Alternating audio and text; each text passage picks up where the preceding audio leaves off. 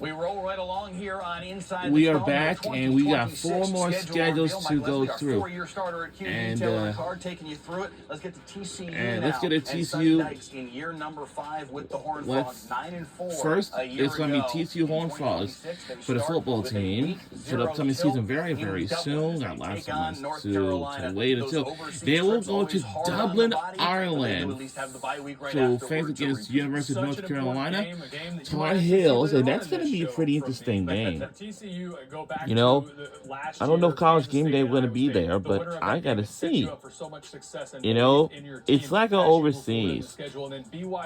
I'm not sure there's a more important because, game on the schedule than BYU at home. There's some of the games going to be pretty tough, challenging, that's all. This is a team all of a sudden in TCU that you're talking about competing for this league. They bring in Jaden Preggett, quarterback, set all sorts of records for Harvard. Be interesting to see, can he solidify that spot at quarterback? This was a team in TCU the last couple seasons. They've thrown the ball at a really high level, but running the football has continued to be a challenge for them. So for TCU to take that next step in this league, they've got to figure out a little more balance. But there are wins on the schedule. I actually think this sets up pretty favorably for the Horned Frogs. New offensive coordinator for the Frogs as well that I know you like. Yeah, Gordon Samus came from UConn, and that was an offense, had a chance to cover them a couple times last year. Incredibly efficient. They get the ball out of the hands of the quarterbacks quickly, and Gordon Samus is all about get the ball in your playmakers' hands. He will identify who that is early for the Horned Frogs. Does a great job of creating space and maximizing their talent. I love that hired offensive coordinator in Gordon Samus for TCU. The defending champs in the Big 12, the Texas Tech Red Raiders, 12-2 a season ago, and looking to run it back in 2026. Let's get a look at what Joey McGuire's team will deal with in now, Texas Tech Red Raiders, let me tell you something. They won a Big 12 title last year, season ago, and they have made it to their first college playoff in their program history. That's awesome.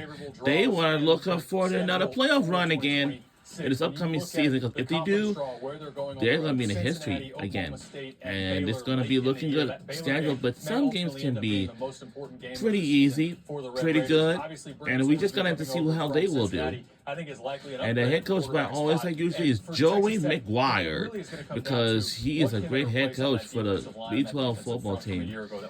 I'm telling you, a B12 football team like the Texas Tech Red Raiders, certainly. You should expect Texas Tech to be back and competing for the Big 12 again next season. And again, a huge piece that helps them. I think they got one of the more. But as a reminder, the B12 title will be on the Friday, December 4th at 8 p.m. this time. Okay, it's going to be a pretty different this time. And of course, hey, it's going to be a lot of. For Joey McGuire's team. There's no doubt. And having a guy that comes in and Brennan Sorsby that has a ton of experience. And Cincinnati, the challenges that they faced late in the year, Brennan Sorsby in a lot of ways I thought was having to be Superman for the Bearcats. And in the month of November, I think people started to figure out how to slow down Sorsby and that Cincinnati offense. They'll have more weapons around him in Lubbock. And I think having a veteran quarterback with a favorable schedule, it all sets up really nicely for Texas Tech. And I think those Texas Tech fans should have a lot of optimism that wasn't just a one-hit wonder last season. They've got a chance, really a good chance to repeat as champions in 2026. The whole world knew that Texas Tech got Brennan Sorsby because Cody Campbell got the billboard in Times Square to let everybody know about it. They're fired up to have that kid in Lubbock. We mentioned it earlier with the finish to Cincinnati season not going well, and he was obviously a part of that at the very least. What do you think the motivation is for Sorsby to show, hey, I'm the guy from the 7-1 stretch, not the 0-5 finish? I think he's going to have plenty of motivation. You don't really need more motivation than getting to go to a place in Texas Tech where this was their number one guy. And they went after him in a big way, got him to get on campus in Lubbock and didn't let him leave. And now for Texas Tech, there's also motivation again in not letting last season in 2025 be a one-hit wonder,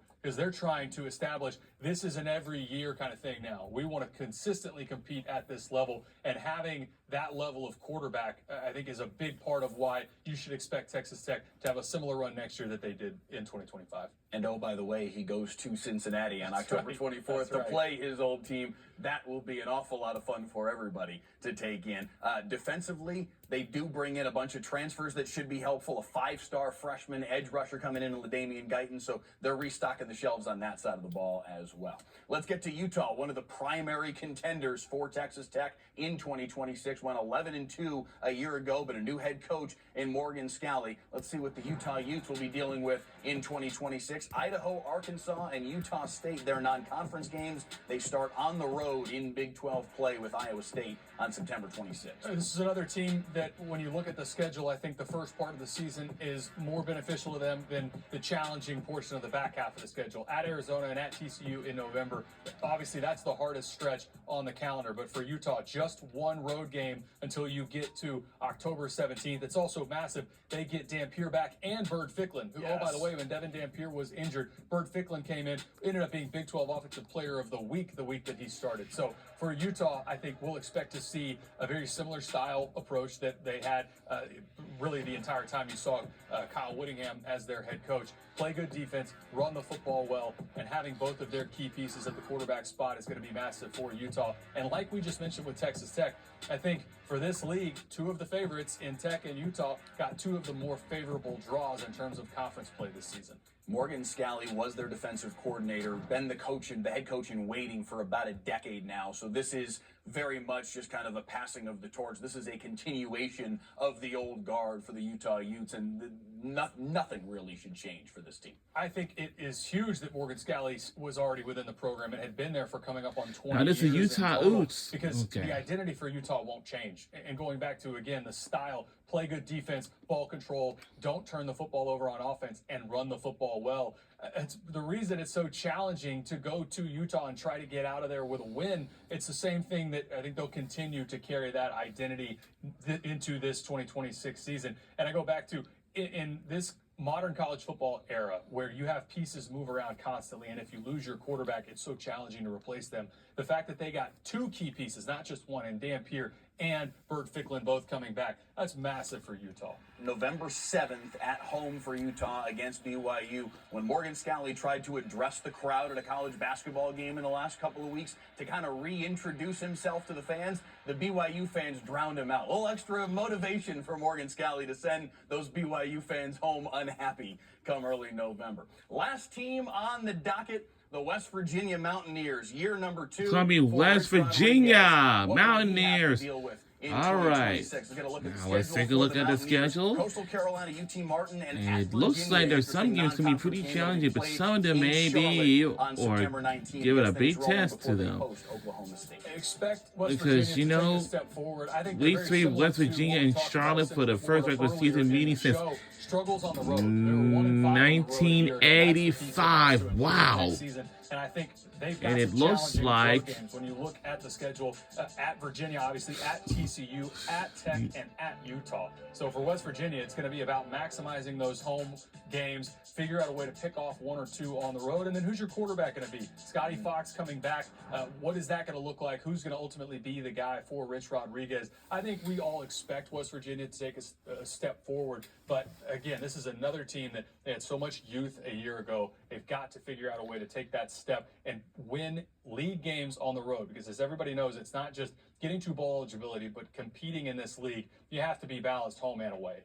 I think they expect it to be a true battle at quarterback. Certainly the fans, I think, expect Mike Hawkins Jr., the transfer in, and Scotty Fox, who was fun last year to watch play the quarterback position. Those two, I think, are going to have an interesting battle all through the offseason for that quarterback 1 position for West Virginia. Remember, all these games lead to the 2026 Big 12 Football Championship moves to Friday, December 4th at 8 p.m. on ABC, held from the same stadium like it was before. It was AT&T Stadium in Arlington, Texas. Inside the 12's look at the 2026 Big 12 football schedule when we come back. We'll be right back to wrap this up on the other side.